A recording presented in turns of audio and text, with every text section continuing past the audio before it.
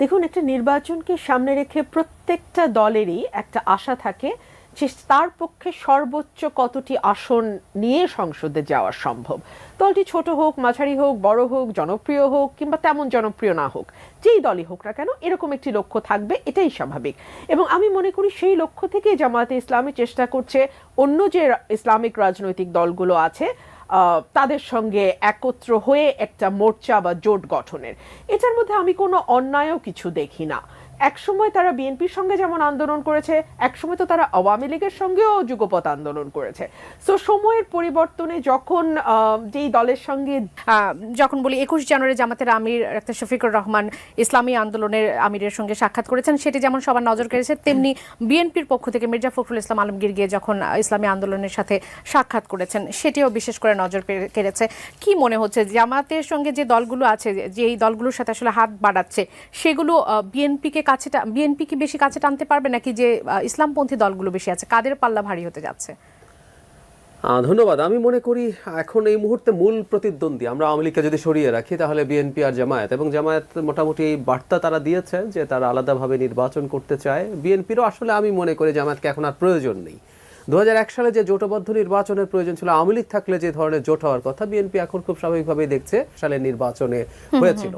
So Awami League যখন থাকছে না, বা আওয়ামী লীগ যদি তার নামেও এবার নির্বাচনে আসে, তার অবস্থা এতটাই খারাপ, বিএনপির আর জামাতের সাম পার্সেন্টেজ ভোটের প্রয়োজন নাই। এবং আমি ব্যক্তিগতভাবে মনে করি জামাতকে এবার আলাদাভাবে নির্বাচন করতে দিয়ে বিএনপির একটু দেখা উচিত জামায়াতের শক্তিটা আসলে কতটুকু। ভবিষ্যতে বাংলাদেশের রাজনীতিতে জামায়াতের ভোটের এই যে কত পার্সেন্ট মানুষ জামায়াতকে আসলে ভোট দেয়, এটা ভবিষ্যতের রাজনীতিতে কিন্তু কাজে লাগবে, এটা দেখার ব্যাপার আছে। নাম্বার 2, এখন বিএনপি যেটা খুব স্বাভাবিকভাবে চেষ্টা করবে জামায়াত যাতে খুব বড় কোনো অ্যালায়েন্সে যেতে না পারে। ইভেন আমি মনে করি ইসলামী আন্দোলন সহ অন্যান্য দলগুলোকেও যদি একত্রে রেখে জামায়াত নির্বাচনে আসে, খুব বড় কিছু করতে পারবে না। কিন্তু প্রশ্ন হচ্ছে বিএনপি তাহলে কেন ইসলামী আন্দোলনের সাথে বসলো বা আরো দু একটা ইসলামিক দলের সাথে বসছে? এটা আমার ব্যাখ্যাটা হচ্ছে এইরকম, জামায়াত যেহেতু রাইটিস্ট পলিটিক্স করে, বিএনপির এক ধরনের ইমেজ ছিল প্রো ইসলাম। আমরা জিয়াউর রহমান যখন 5th অ্যামেন্ডমেন্ট করেন, তিনি আমাদের এখানে সংবিধানের শুরুতে বিসমিল্লাহির রহমানির রহিম যোগ করেছেন এবং আমাদের রাষ্ট্রীয় মূলনীতির মধ্যে পরম করুণাময় আল্লাহর উপর আস্থা ও বিশ্বাস যুক্ত করেছিলেন। এখন যেটা হয়েছে, জামায়াতের সাথে যখন উনি আলাদা হচ্ছে, বিএনপি এক ধরনের সেন্ট্রাল জায়গায় সেন্ট্রিস্ট হয়ে উঠছে, বা সেন্ট্রাল লেফটরাও বিএনপিকে এখন অপশন মনে করছে। ফলে বিএনপি সম্ভবত এটাও একটু ভয় পায় যে তার এক ধরনের প্রো ইসলাম পরিচিতি ছিল, বেশ ভোট ছিল সেই অর্থে, সেটা আবার নষ্ট হয়ে যায় কিনা। সে কারণে তারা কিছু ইসলামী দলের সাথেও এক ধরনের যোগাযোগ রাখবে। এবং আমরা দেখবো ইসলামী আন্দোলনের সাথে একটা 10 দফা আলোচনা হয়েছে, ওর মধ্যে একটা ছিল কোরআন এবং শরিয়ার বাইরে কোনো আর মানে কোনো আইন করবে না বা এরকম একটা কথা কিন্তু সেখানেও বলা হয়েছে। সো বিএনপি ওই জিনিসটাও সাথে সাথে ধরে রাখতে চাচ্ছে। এটা মানে এই না যে ইসলামী আন্দোলনের ভোট না হলে বিএনপি জিততে পারবে না। আচ্ছা, ব্যারিস্টার রুমিন ফারহানা, একই বিষয় নিয়ে আপনার কাছে জানতে চাই, কি মনে হচ্ছে যে ধর্মভিত্তিক আমরা আসলে দল, সেভাবে শক্তিশালী দল বাংলাদেশে কখনো দেখিনি। আপনার কাছে কি মনে হয়, যদি যেমনটি জাহিদুর রহমান বলছিলেন যে যদি বিএনপি এবার দেখা উচিত বিএনপির যে আসলে ধর্মভিত্তিক দলগুলো আসলে কতটা শক্তিমত্তা প্রদর্শন করতে পারে, সেক্ষেত্রে বিএনপি কি এরকম কিছু দেখবে কিনা যে তারা কতটা আসলে শক্তিমত্তা প্রদর্শন করছে, কতটুকু তাদের শক্তি আছে? শুধু তো বিএনপি নয়, বাংলাদেশে যারা আসলে মধ্যপন্থী মতাদর্শে বিশ্বাস করে, রাজনৈতিকভাবে শুধু নয় সামাজিকভাবেও যারা মধ্যপন্থায় বিশ্বাস করে, এটি আসলে তাদেরও একটি দেখবার বিষয়। গত কয়েকদিনের কিছু ঘটনার দিকে আমি আপনার দৃষ্টি আকর্ষণ করতে চাই। আমরা দেখেছি বেশ কয়েকজন সিনেমার যারা অভিনয় করেন, অভিনয় শিল্পী, তাদের কয়েকজনের প্রোগ্রাম বাতিল হয়েছে। আজকে বোধহয় লেটেস্ট হয়েছে অপু বিশ্বাসের একটা প্রোগ্রাম। এর আগে পরিমণির হয়েছে, তার আগে মেহজাবিনের হয়েছে। সো আমরা সিরিজ ঘটনাগুলো দেখছি। এর মধ্যে জয়পুরহাটে মেয়েদের ফুটবল খেলাকে বা ক্রিকেট খেলাকে কেন্দ্র করে একটা ভীষণ মানে বিশৃঙ্খল পরিস্থিতি তৈরি হয়েছে। আজকে আমি দেখছিলাম আমাদের ধর্ম উপদেষ্টা বলেছেন যে কোনো নারী সাংবাদিক বোধহয় তার কাছে খবর নিউজ আনতে যেতে পারবে না, বা এরকম একটা কিছু, if I am not wrong. মানে আমি এই আস্তে আস্তে আমি সিঁড়ি দিয়ে উঠতে আমি দেখছিলাম। সো এই বার্তাগুলো কিন্তু একটা ইন্ডিকেশন দেয় আমাদেরকে সমাজে এক ধরনের চরমপন্থা বা এক ধরনের র্যাডিকালাইজেশনের উত্থান হচ্ছে। আপনি আমি আপাতত এটা চোখ বন্ধ করে হয়তো এড়াতে পারবো, বিকজ আমরা ঢাকার মানে প্রাণকেন্দ্রে বাস করি। আপনি আমি আমরা যে ধরনের অবস্থা থেকে উঠে এসেছি, আমাদের হয়তো এখনই এটা এফেক্ট করবে না, তবে বাবলি এটা এফেক্ট করতে কিন্তু খুব বেশি সময়ও লাগবে না। সো আমরা যারা মধ্যপন্থায় বিশ্বাস করি, কোনো চরমপন্থায় না, আমাদের নেক্সট ইলেকশনটা কিন্তু তাদের জন্য একটা বিরাট পরীক্ষার জায়গা হবে। এই যে জামাত বা অন্যান্য ইসলামপন্থী দলগুলোর সঙ্গে বিএনপি জোটে যাচ্ছে না, এতে একদিকে ইয়েসও আছে, একদিকে নো আছে ভোটের রাজনীতিতে। কিরকম?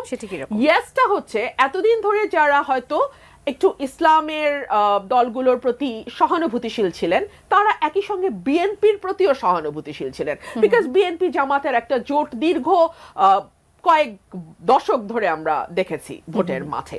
সো তাদের এক ধরনের সফট কর্নার অটোমেটিক্যালি বিএনপির প্রতি ছিল, সো তাদের ভোটটা বিএনপির বাক্সে গেছে।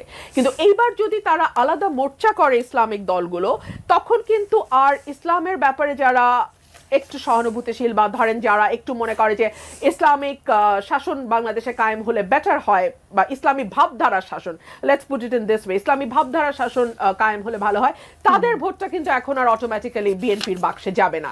কিন্তু আরো একটা অংশ সমাজের যারা কিন্তু জামাতের সঙ্গে জোটের কারণে দীর্ঘ সময় বিএনপির ব্যাপারে একটু নেতিবাচক মনোভাব রেখেছে, বিএনপিকে ভোট দেওয়ার ব্যাপারে দুবার ভেবেছে যে আচ্ছা এর সাথে তো জামাত আছে, তো আমার বিএনপিকে ভোট দেবো কিনা, এই গোষ্ঠীটা তাদের ভোট কিন্তু এখন আবার বিএনপির কাছে আসবে। আপনি যেমনটি বেশ কয়েকটি উদাহরণ দিয়েছেন এবং সবগুলোই মোটামুটি নারী কেন্দ্রিক, আপনার কাছে কি মনে হয় যে নারীদের মধ্যে বিশেষ করে এই আশঙ্কাটা বেশি কাজ করে যে ইসলামিক দলগুলো যদি আসে তাহলে আমাদের যে স্বাধীনতা সেটি খর্ব হবে কিনা? আপনি কি মনে করেন?